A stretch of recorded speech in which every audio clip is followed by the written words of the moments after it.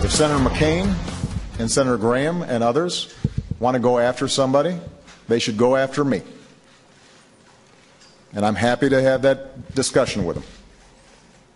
But for them to go after the UN ambassador, who had nothing to do with Benghazi,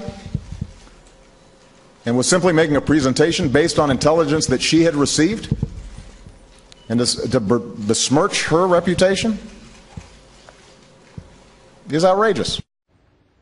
That was President Obama referring to U.S. Ambassador to the United Nations, Susan Rice, last week, suggesting if anyone, including he named Senator McCain and Senator Graham, has a problem with the way she handled the messaging in connection with the death of 4 Americans in Benghazi, Libya, they can blame him, the commander-in-chief, but not her, in his view.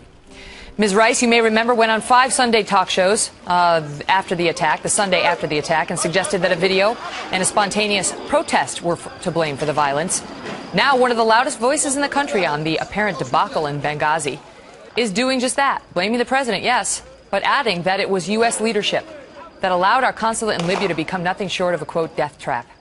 Lindsey Graham is a Republican senator from South Carolina and a member of the Senate Armed Services Committee. He's with me now. Senator, welcome. Thank you for having me. So I want to ask you this. Let's start with this, because when we went to the weekend, we had some folks on Capitol Hill saying, look, Petraeus had issued some talking points saying this was an al-Qaeda attack. And then somebody took that line out of the talking points that were given to Susan Rice. She was sent out there on those Sunday talk shows to say what her boss told her to say. And the question was, who took that out?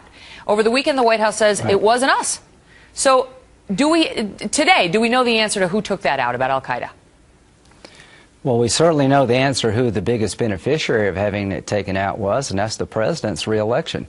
Do you think it's an accident that not mentioning that al-Qaeda was involved helped continue the narrative by the president himself that we killed bin Laden, al-Qaeda's been dismantled?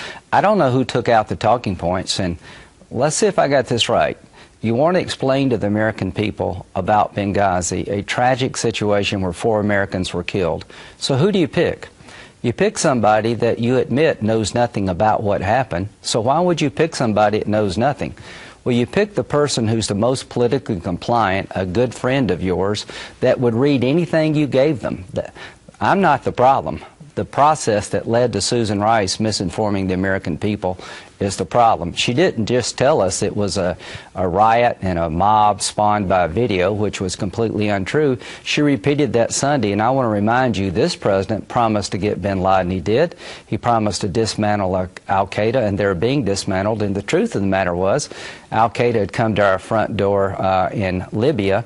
And why did the president himself, Megan, for 2 weeks after the September 11th attack, go on The View, David Letterman, and the United Nations, and continue to suggest this was a mob riot spawned by a video? Surely he knew what the classified information was. There's a lot accounting to be done, and I blame the president above all others.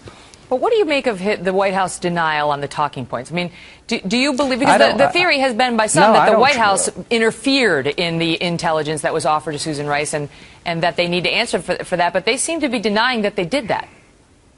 Well, you've been a lawyer for a very long time. We're talking about people at the White House who are under criminal investigation. Remember the leaks about bin Laden that led to the Pakistani doctor being given a life sentence? 3 weeks in a row, there were major news stories in the New York Times about successful counterterrorism operations, how the bin Laden raid unfolded.